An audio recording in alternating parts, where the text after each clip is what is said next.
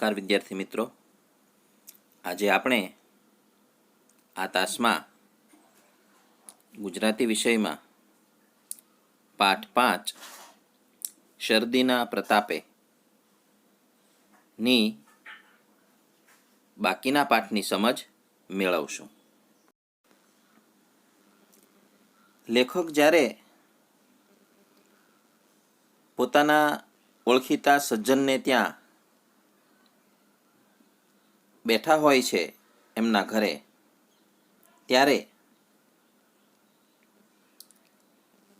પેલા સજ્જન લેખકને પૂછે છે કે ચા લેશો ને? ત્યારે લેખક કહે છે કે ચાની બનતા સુધી હું ના નથી કહેતો ને શરદીમાં તો બહુ જ ઠીક પડશે. એટલે લેખક કહે છે કે ચાની હું બને ત્યાં સુધી ના નથી કહેતો, પીવ જ છું, અને તેમાં વળી આજે પાછી મને થોડી ઘણી શરદી છે, એટલે શરદીમાં તો ચા વધારે સારી. ત્યારે પેલા સજ્જન કહે છે કે બનતા સુધી તમે ચા નથી પીતા તે ઘણું સારું,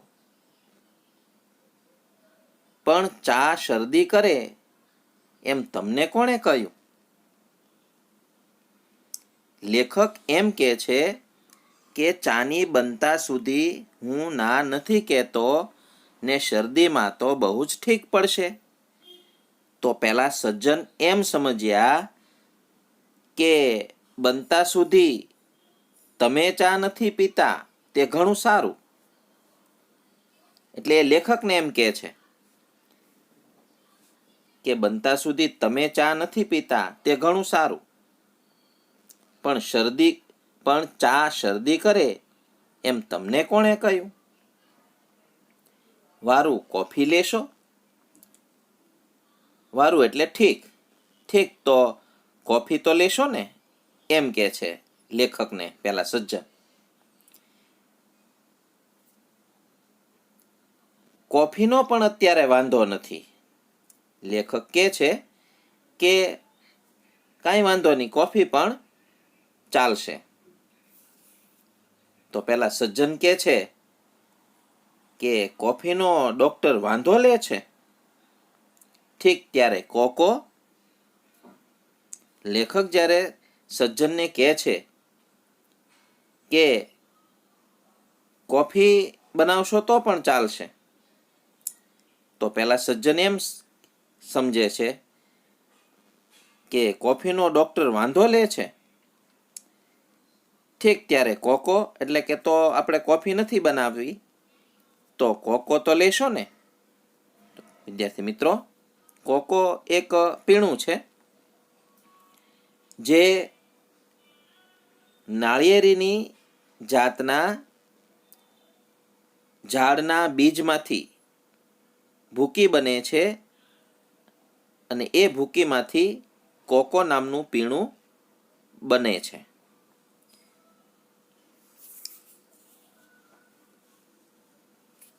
મોઢેથી બોલીશ તો ચા અને કોફીની પેઠે કોકોએ ગુમાવીશ, એમ લાગવાથી મેં ડોકા વડે હા કહી ને આખરે અમારે માટે કોકો મુકાયો. લેખક કહે છે મનમાં વિચારે છે કે જો હવે બોલીને કંઈ જવાબ આપીશ, કંઈક કહીશ, તો સજ્જન તો ઊંધું જ સમજે છે. એટલે જેમ ચા ગુમાવી, ચા પીવા ન મળી, કોફી અંગે જવાબ આપ્યો તો કોફી વિશે પણ એણે ઊંધું સમજીને કોફી પણ ચા પીવા ન મળી. એટલે જો આ વખતે કંઈક જવાબ દઈશ ને તો ચા અને કોફીની જેમ આ કોકોય પણ પીવા નહીં મળે. એટલે કે આ વખતે કાંઈ જવાબ દેવો જ નથી. કોફીની પેઠે, પેઠે એટલે જેમ, કોફીની જેમ કોકોય પણ પીવા નહીં મળે એમ મને લાગ્યું, લેખક કહે છે. એટલે લેખક કહે મેં આ વખતે ડોકું જ હલાવ્યું. ડોકું એટલે ગરદન, ડોકા વડે હા કહી. એટલે કે હા પાડવાના અર્થમાં માથું હલાવ્યું, ગરદન હલાવી. ને આખરે અમારે માટે કોકો મુકાયો. ને આખરે એટલે છેવટે, અને છેવટે અમારે માટે કોકો બનાવવા માટે કહ્યું.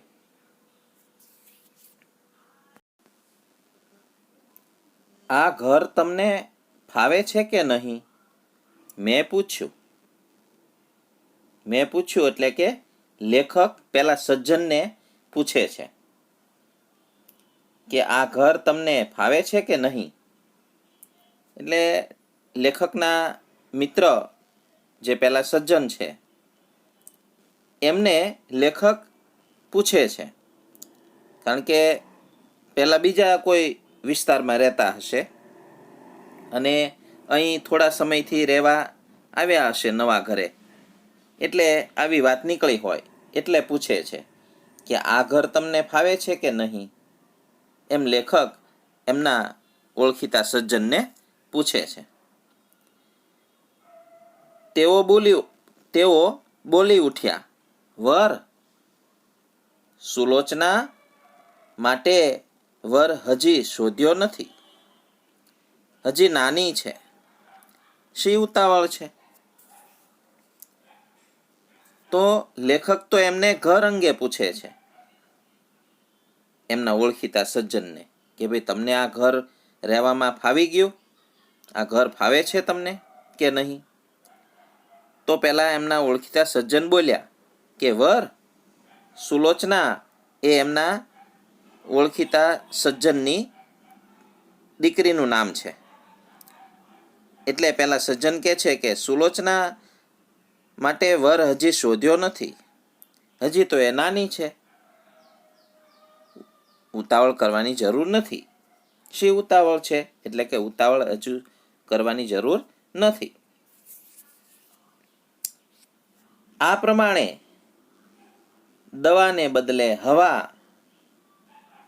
અને ઘરને બદલે વર સાંભળનાર સાથે જે વાત કરવા આવ્યો હતો તે વાણી દ્વારા કરવી અશક્ય છે એમ મને લાગ્યું. એ લેખક બોલે છે. લેખક મનમાં વિચારે છે કે દવાને બદલે હવા સમજે છે પેલા સજ્જન, અને ઘરને બદલે વર સાંભળે છે. હવે આની સાથે મારે જે ખરેખર વાત કરવી છે અને જે વાત કરવા હું અહીંયા આવ્યો છું તે વાણી દ્વારા, એટલે કે બોલીને એને કામની વાત કરીશ તો એ વાણી દ્વારા કરવી અશક્ય છે. એટલે કે હું એને મારું જે ખરેખર કામ છે એ કામ હું એને વાતચીત દ્વારા નહીં સમજાવી શકું, કારણ કે હું કંઈક કહું ને એ કંઈક સમજે છે. તેથી પત્ર લખી એ વાત એમને જણાવવી એવો નિશ્ચય કર્યો. લેખકે પછી એમ નક્કી કર્યું કે ભાઈ એને કામ અંગે વાત જ નથી કરવી આજે, અત્યારે. હું ઘરે જઈ અને મારે જે કામ છે, જે કામ અંગે વાત કરવી છે એ હું પત્રમાં લખીને જણાવીશ, એવો નિર્ણય કર્યો. થોડી ઘણી આડી અવળી વાત અલબત્ત ઉપર પ્રમાણે જ કરીને મેં આખરે કહ્યું, હવે રજા લઉં છું.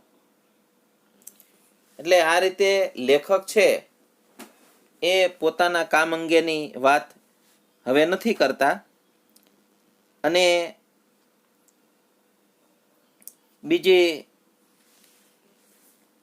આડી અવળી વાત એટલે કે ઉપર પ્રમાણે અત્યાર સુધી જે વાત થઈ, ઘર અંગે વાતો કરી હતી, તો એવી એને આડી અવળી વાત કહેવાય. તો એવી આડી અવળી વાતો કરી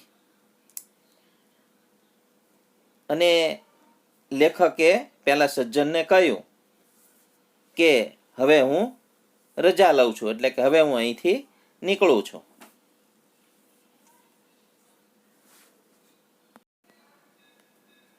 અરે મારા મહેરબાન, આમ શું બોલો છો? તમે આવ્યા તેમાં મને સજા થઈ, ઉલટો આનંદ થયો. લેખક જ્યારે પોતાના ઓળખીતા સજ્જનને કહે છે કે હવે હું રજા લઉં છું, ત્યારે એના ઓળખીતા સજ્જન છે એ કહે છે કે અરે મારા મહેરબાન, આવી વાત શું કરો છો? આમ શું બોલો છો? એટલે કે આવી વાત કેમ કરો છો? તમે અહીં મારા ઘરે આવ્યા મારી ખબર કાઢવા,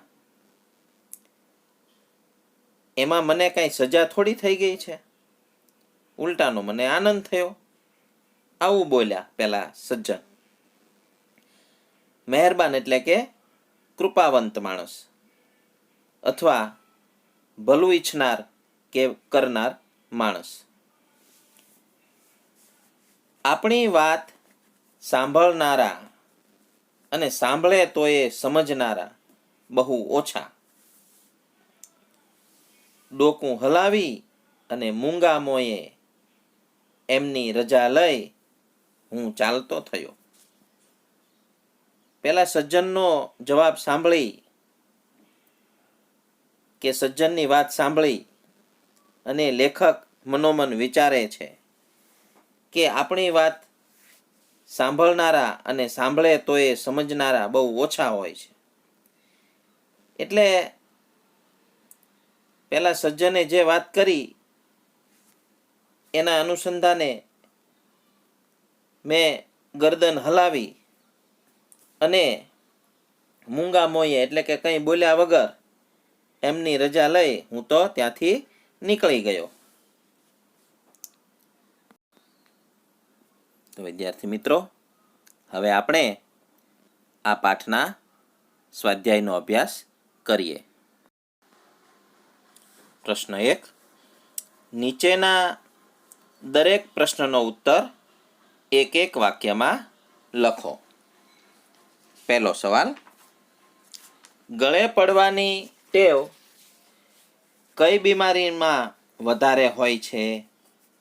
એમનો ઉત્તર છે ગળે પડવાની ટેવ શરદીની બીમારીમાં વધારે હોય છે. બીજો સવાલ,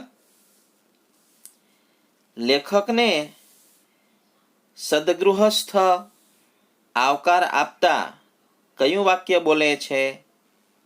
એમનો ઉત્તર છે લેખકને સદગૃહસ્થ આવકાર આપતા આ વાક્ય બોલે છે, ઓહો આજે કંઈ આ તરફ, કેમ તબિયત તો સારી છે ને?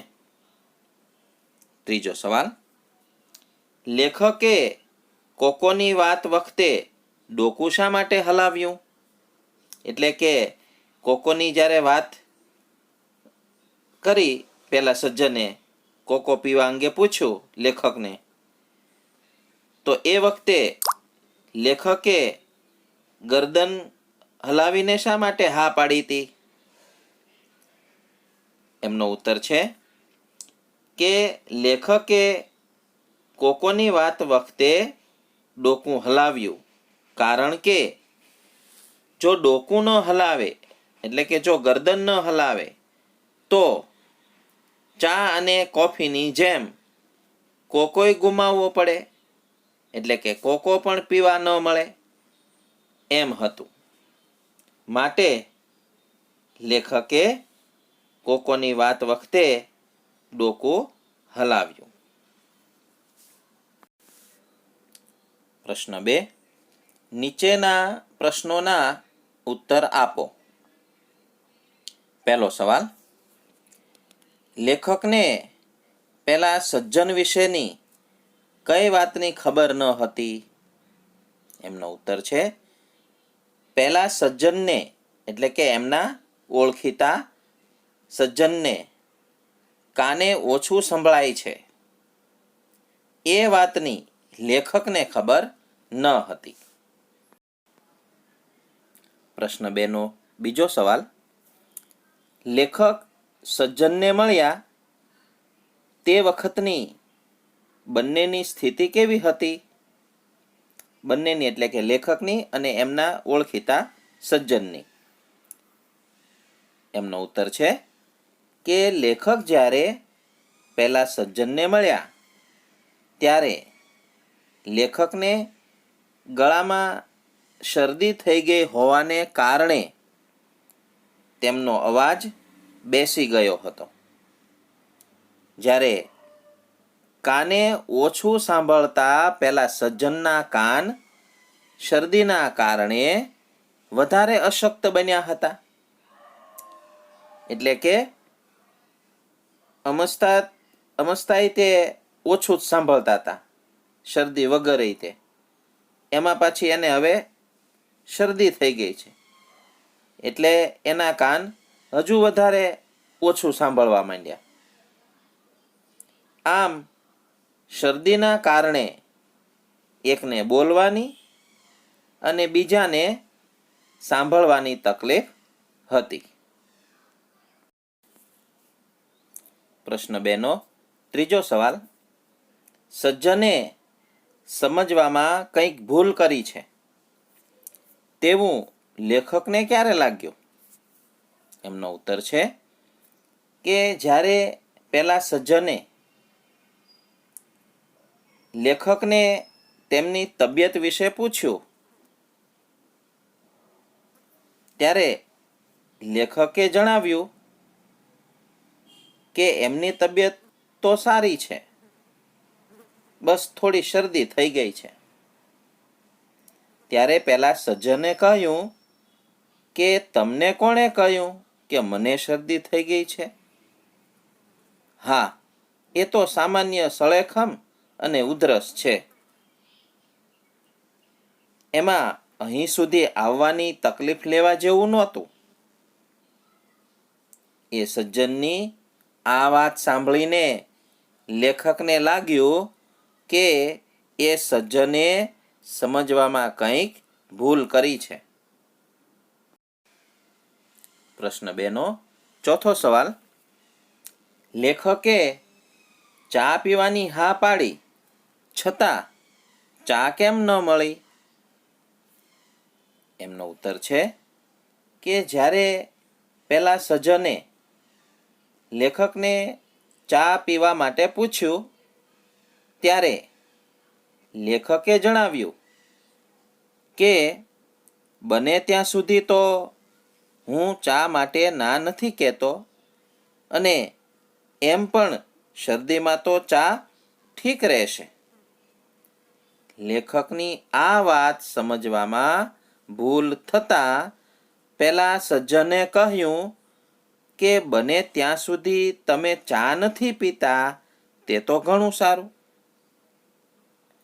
પણ ચા શરદી કરે એવું તમને કોણે કહ્યું?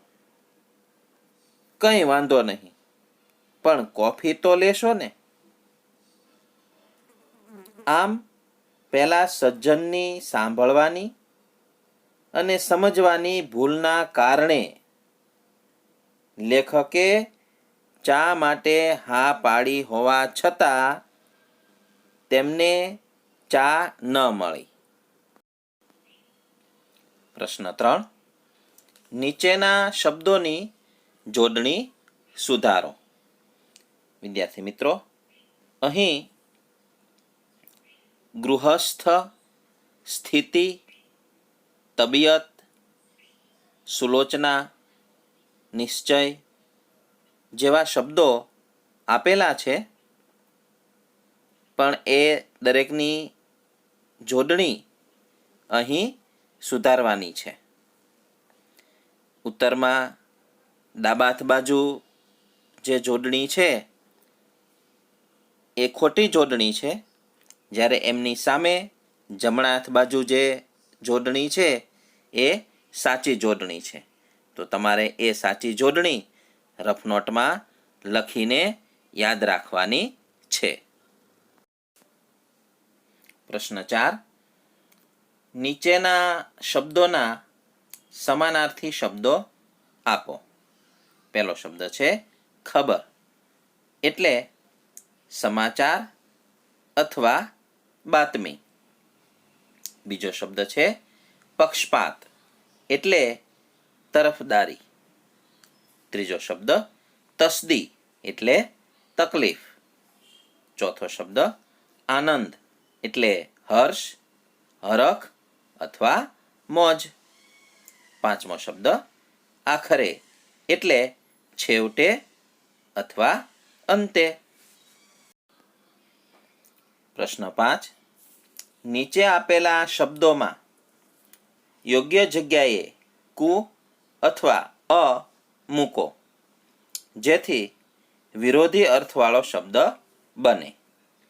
પહેલો શબ્દ છે શક્તિ, તો એનો વિરોધી શબ્દ છે અશક્તિ. બીજો શબ્દ વિચાર, એમનો વિરોધી શબ્દ છે કુવિચાર. ત્રીજો શબ્દ સત્ય, એમનો વિરોધી શબ્દ છે અસત્ય. ચોથો શબ્દ છે પાત્ર, એમનો વિરોધી શબ્દ છે કુપાત્ર. પાંચમું ટેવ, એમનો વિરોધી શબ્દ છે કુટેવ. છઠ્ઠો શબ્દ છે શક્ય, એમનો વિરોધી શબ્દ છે અશક્ય. સાતમો શબ્દ સંપ, સંપનો વિરોધી શબ્દ છે કુસંપ. આઠમો શબ્દ સંગ, સંગનો વિરોધી શબ્દ છે કુસંગ. પ્રશ્ન 6.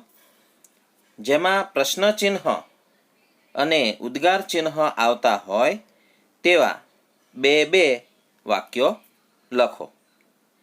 એમના ઉત્તરમાં સૌપ્રથમ આપણે પ્રશ્ન ચિહ્નવાળા વાક્યો જોઈએ. પહેલું, પણ તમે ચા લેશો ને? બીજું, કેમ તબિયત તો સારી છે ને? તો જે વાક્યમાં પ્રશ્ન પૂછવામાં આવ્યો હોય એવા વાક્યોને અંતે પ્રશ્નાર્થ ચિહ્ન મૂકવું જોઈએ. ઉદ્ગાર ચિહ્નવાળા વાક્યો જોઈએ. પહેલું, આહા, મેઘધનુષ્ય કેટલું સુંદર દેખાય છે. બીજું, અરે રે, બિચારો અકસ્માતમાં ગુજરી ગયો. વિદ્યાર્થી મિત્રો, જે વાક્યમાં નવાઈ ઉપજે એવા વાક્યમાં ઉદ્ગાર ચિહ્ન વપરાય.